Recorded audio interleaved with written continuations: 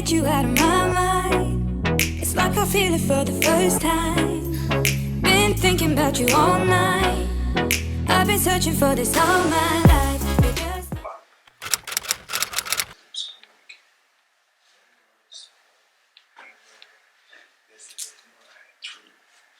Keep away. Keep away. Usually other birds who keep away. Guys, good morning. Good morning. Happy Dees. Wamunyu, What's it? Kenya. Katie Dids. Repeats there. Jay is practicing reading because he's going to read to the kids today. And all the insects. Babe, show them the book you're going to read. This one's a long one.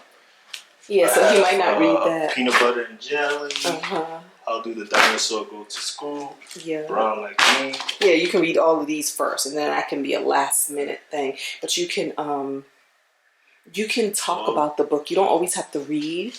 You can say, "What is this? What bug is this?" Like you can do picture work. Yeah. All the insects. I know, I'm giving him a lot. I told him he can play Simon Says with the kids. He can go and race the kids. So he's going to have kids. And babe, what did you say? All right, I'm sorry. I'm messing up his study time. What did you say? You say you study, you practice 3 books for the kids. And what you said, they better not take your kids from you? Yeah, because I'm popping. Yeah, he want his on kids. The corner. I'll go back into the van. He want his class. Yeah, I'm going to do at least 1 and 2. 1 or 2 or 3. Yeah, I'm not doing.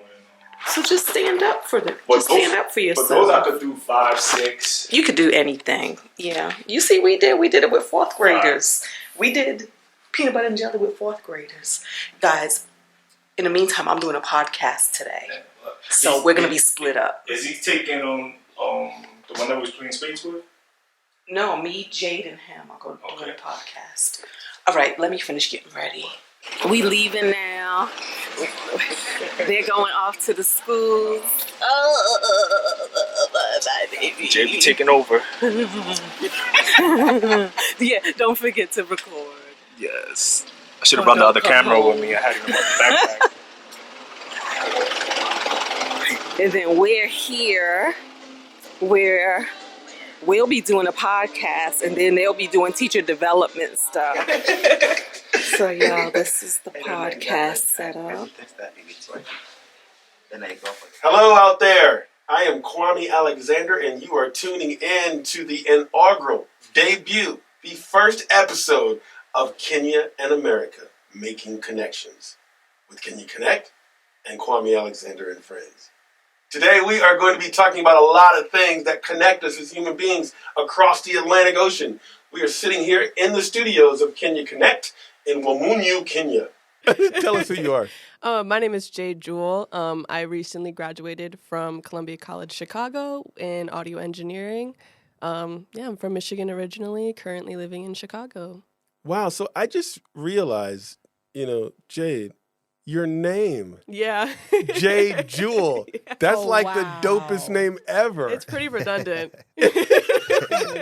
Wow. Yeah. So we're introducing ourselves to our awesome listening audience, and why not continue this tradition of names? I've already shared that my name is Kwame Alexander. Kwame is the Ghanaian. It means born on Saturday.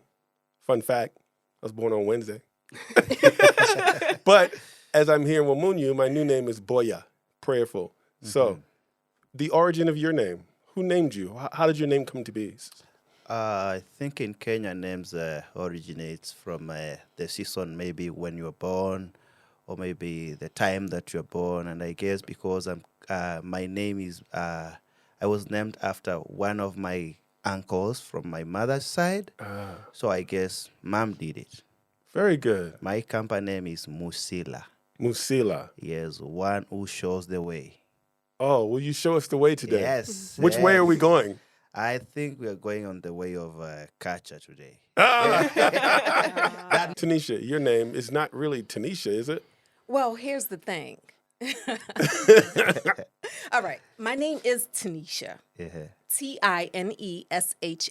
However, I did not find out that my name was really Kanisha till I was in the 5th grade. What? Wow. Till I was in the 5th grade. Because I moved from Rhode Island, where I was born, to Virginia with my grandparents, and we had to have a birth certificate. Oh, right. So we had No to way. order one, and it had Kenisha on it, Kanisha, not even spelt the same. And so the thing about it is my mother doesn't know who named me that. She claims the hospital messed it up. So I had to learn how to spell it. I had to go get a Social Security card with that name. And yeah, legally I'm Kenisha, but friends and family, I'm Tinesha. But I have a question, though, for our audience. So you mentioned that your Kamba name. Can you explain that? Like the difference? Because we're in Kenya right now. And yeah. My company. So in Kenya, when you're born, you're given a name by your parents. And so when you grow up, you get to be baptized to have the second name. Oh. So personally, my first name that I was given by my parents, I believe so because I could tell that the name, but they told me I am Musila. So when I grew up, I found like, yeah, I need a second name. So the second name, it's you personally who choose the kind of name or the name that you want to be called. You are baptized in church if you are a Christian. So I chose to be called Cyrus. So you named yourself. I named myself Cyrus. Wow. But my parents named me Musila. Wamboa. Yeah, one born during the rain. One born during the rain. Were you born during the I rain? believe that's the time my dad was born because he is Wambua. Right. Yeah. So your surname is your dad's first name. No, my surname is my dad's second name. That is so my certificates bears the 3 names. Cyrus, Musila, Wambua. Those are my official names. And I love this idea of naming yourself and how freeing that is and how empowering that is. Sure, because like you have one to learn of your character. You don't just have to go by the name that you are given by your parents. When you grow up, you think like, oh, I think the name that I was given my parents is nice one, but I think I can acquire a better name.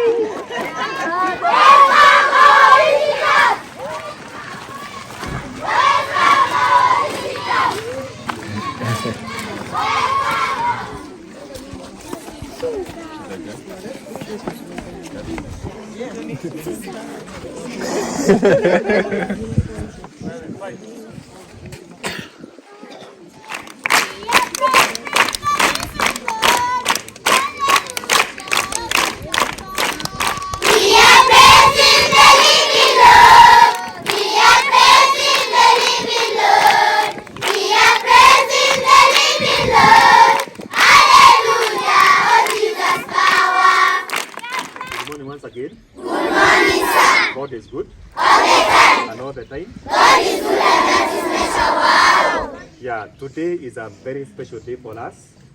Yesterday, I informed you that we are going to have visitors, our guests from Kenya Connect, and they are here with us. So, in most cases, they think that all Americans are white.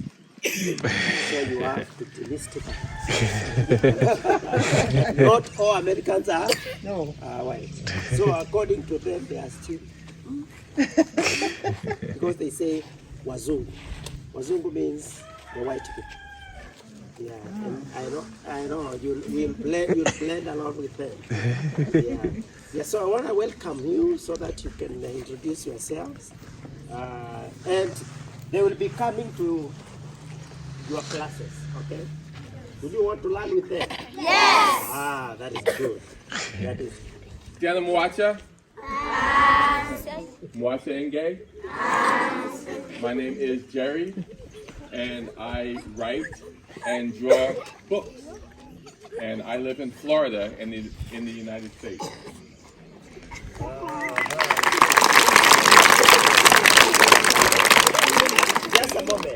What is his name? What does he do? Draw and write books. When the library bus comes here, okay? Ask for a book written by Jerry Kraft. And I have books I will leave with you that I wrote. Oh. Thank you so much. You know, really gels for me because today in America, we are celebrating this thing called Independence Day. July. Happy Independence Day. Yeah. 4th of July.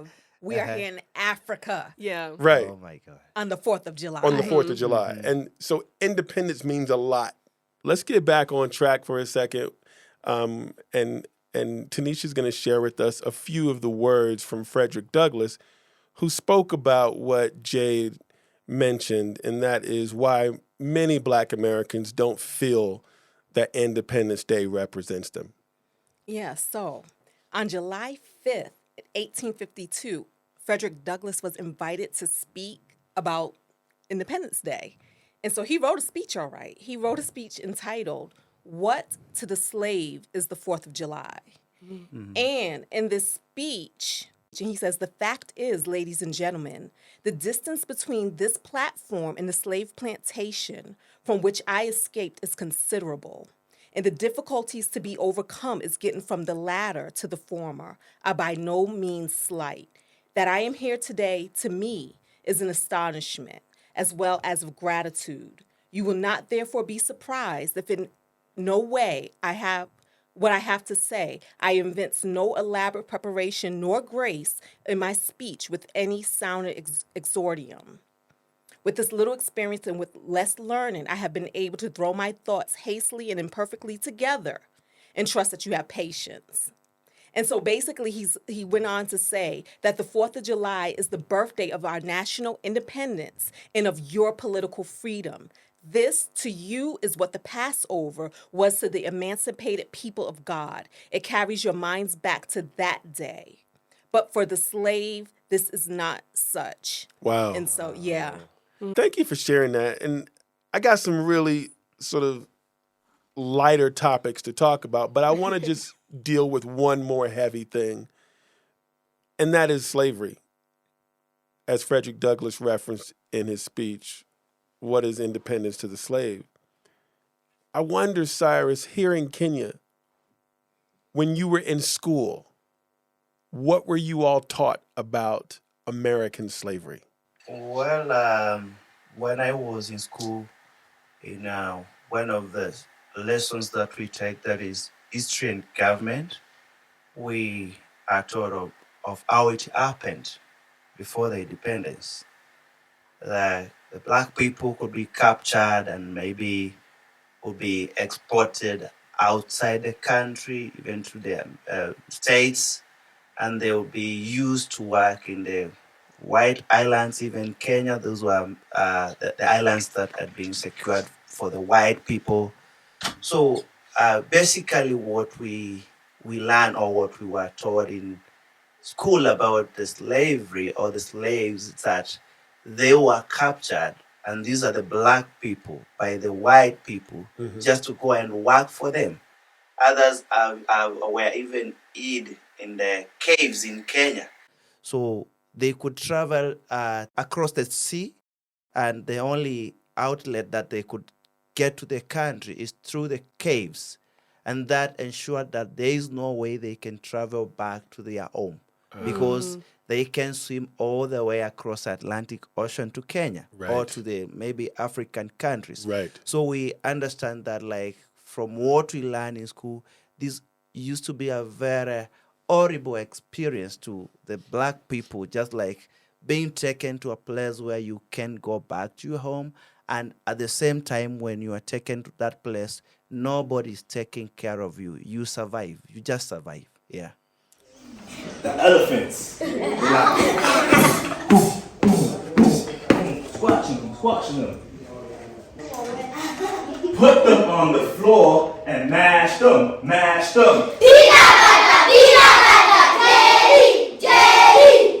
Then you take a knife and spread it, spread it. Peanut butter, jelly, jelly.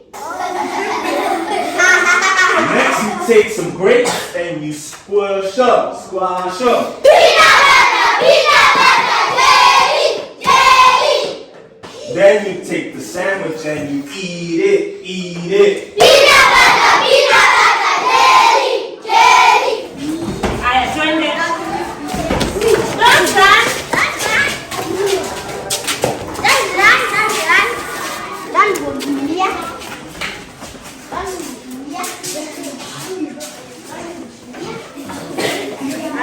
You remember the password? No. What is the password? Yes.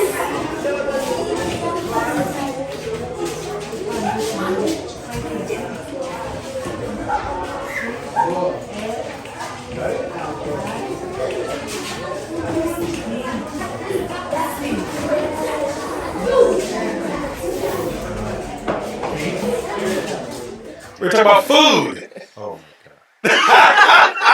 Oh yeah. But let's look at how some of the food has survived that journey that we've been talking about, that Middle Passage journey across the Atlantic. Staple food. You ready? Fried chicken. fried chicken. Yes, we have chicken in Kenya. That one survived. But is it Across fried? the sea. Or is it- It can be fried or like even wet fry, but deep fry. Deep fry. We have that in Kenya. Does it have flour, batter on it? Just deep fry, no butter. Yeah. Okay, see, so not- yeah, Maybe yeah. that's the difference. Yeah, that's the difference. Because ours is crispy. But the end of the day is deep fry. First thing that comes to mind is like collard greens, like with the onions and the oil. And it's so delicious. So I was wondering if there's like an equivalent to that here. I know my friend and I were talking about like Kenyan food, and we heard of sukuma wiki. I'm not sure if I said that right. Very right. But it seems kind of similar to collard greens in America. Like you mentioned, we have the greens in Kenya. And so, like you've mentioned, the skuma wiki or the spinach. Yeah. So that's just the greens that are around. Yeah. Yeah, Okay. So maybe they survived. Oh, they survived. yeah. I love it. Across the Atlantic. Across the Yeah. Atlantic. I'm going to go with dessert. One of my favorites is a peach cobbler. Do I really know that? Tell them what it is? It's almost like a pie, but it's more, the dough of the pie is actually heartier, more It's a substantial. pastry. Yeah, like a pastry. So like peaches, like baked peaches inside of a pie. I doubt if that survived the Atlantic. Didn't survive. That was not an Atlantic. That one was an invention. It was an invention in America. What about macaroni and cheese? Did somebody say macaroni and cheese? that's a good What about one. macaroni and cheese? We have the macaroni, but the cheese is not. It's like not cheese. Sure. Not-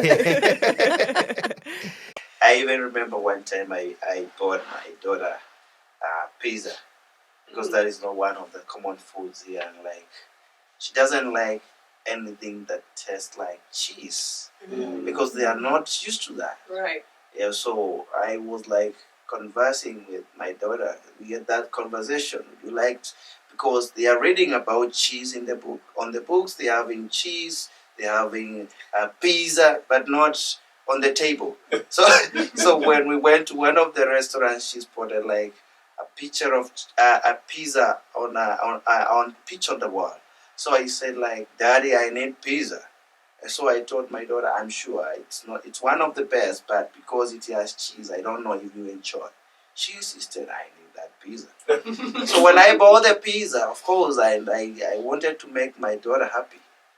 When we went into the car, because we were traveling, said, no, the cheese you see, my dad is not one of the best. And that's from that time I'm trying to introduce cheese to her. But one of those families that can afford like to buy cheese for their children. That's why I say like the macaroni survived, but the cheese maybe. Kwame Alexander, we are sitting here on the Making Connections podcast, Kenya and America, with Jay Jewel, Tinesha Davis, and my man Musila Cyrus Wamboa. Perfectly said. Hey, hey, Habari Ghani, my friends and family. Thank you so much for being here. We are winding down. We're going to end this conversation with just a few more questions. And I wrote a book called Why Fathers Cry at Night. It's a memoir about love, about longing. Why fathers cry at night. Yes, and so that is going to be my question. Jay, do you ever remember your father crying? Yeah, actually. My family is fairly emotional. I know, like, in America, specifically for men, crying is kind of like frowned upon. Like, as your book title, Why Fathers Cry at Night, it's a private thing. Don't show it in public. So we finished the podcast, and it was really good. This camera, it be overheating. Oh, talking hello. It be overheating, and so you guys cut out on me. But it was really good. It was really good, guys. I shed a tear. Kwame, he's a great interviewer. Oh, people are in there. He's a great interviewer. But this has been a really enriching experience. We did ask the question about Safari that we didn't get on tape or on video, on recorder, because we kind of forgot about it. But what I wanted to know was 30 million tourists come to Africa every year to do safari between Kenya and Tanzania and some of the other places that are great safari sites. And so I just wanted to know, like, how common is that?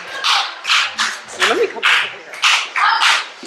I wanted to know how common was that experience for other Kenyans, because it's almost like I liken it to being like in the Washington, D.C. area. The fact that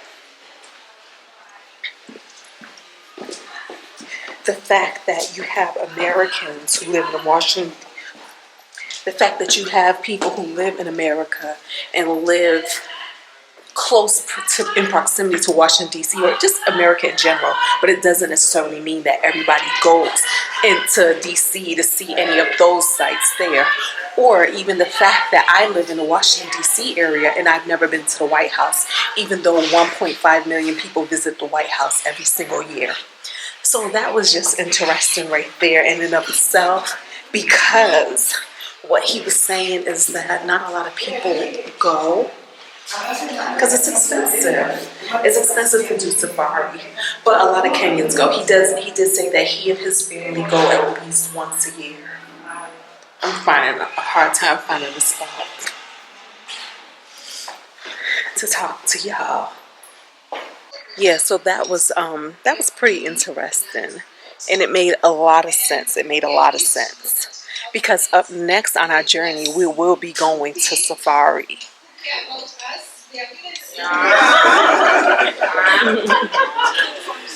Unfortunately, our great friends from always had around 300 guests with only 2. And here, we can count to 10. Okay, warm up. We'll walk downstairs. We have, should we call it brunch? Early lunch.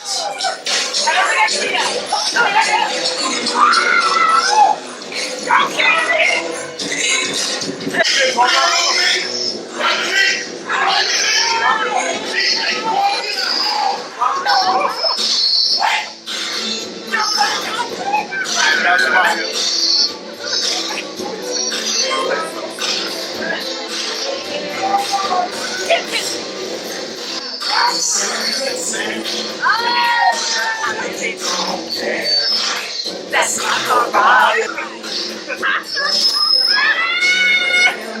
Next question.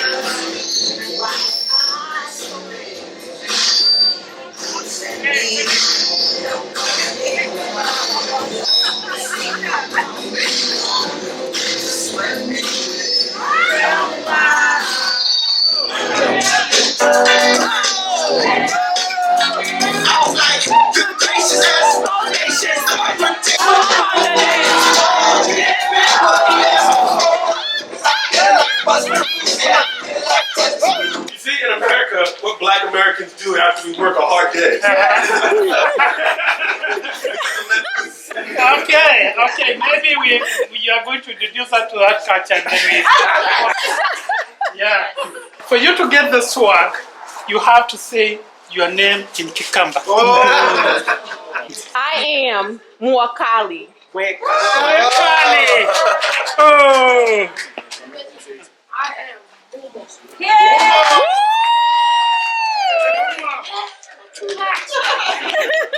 I am Winya. Then I'm going to make the challenge a bit harder. You have to tell us what it means. It means powerful and strong. Very good. Powerful and strong woman. I want you to assume you are all children, and I want them to greet you in Kikamba. Before you get this. Okay. Sienna Wacha. Yeah. Wacha Enge. That is great. She has the best Kamba accent. Best. I am Wendwa, and that means powerful, or not powerful. You're lovely. The loved one. I saw the children loved you so much. So maybe the hair may not allow you. I want to be the only one that doesn't get a hat, okay, guys? He's trying to study. Use yoga. Return. Use yoga. Hey, yes. You're my brother. I get special treatment. Musioka. Musioka. My namesake. Yeah, I'm gonna simply hat too. I think I am Mwani. It means person who stays. Mutina. I got all. I got the right number of syllables. Mutinda. Mutinda. Yes. Mutinda. Person who stays. Mutinda. I like your under hammer coat, but for now you can have. Mutinda. Mutinda. I'll write that down. I am Lavinia, which also means strong and powerful. Yeah. Oh, she said that. That was right off. And very powerful. So Kwame is going to receive a sword. Oh, I like that one, but you can have this. This is for winner. It's for winner. Nice. Yes. Since Kwame is the king and is the ambassador that was brought you all here, he's going to get a sword and something we also call swords. Swords means something you get sometimes, not always. Kwame, also known as Mboya, we are presenting you with a shirt with African fabric. You said to me when we did the interview that you love the people of Kenya. Specifically, I think you love the people of Cumberland. Unfortunately, you may have gotten the Cumberland. I feel like your body lives in America, but maybe your soul lives in Africa. Yes. So continue coming back to Africa, your motherland. And when you wear this fabric, let it remind you about Kenya and Africa, where your soul is.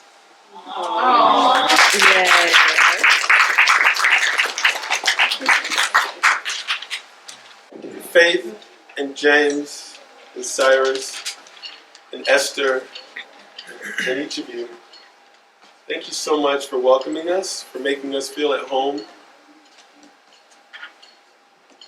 This has been a life-giving experience for us. And we are just so honored and we're so grateful for how you've taken care of us.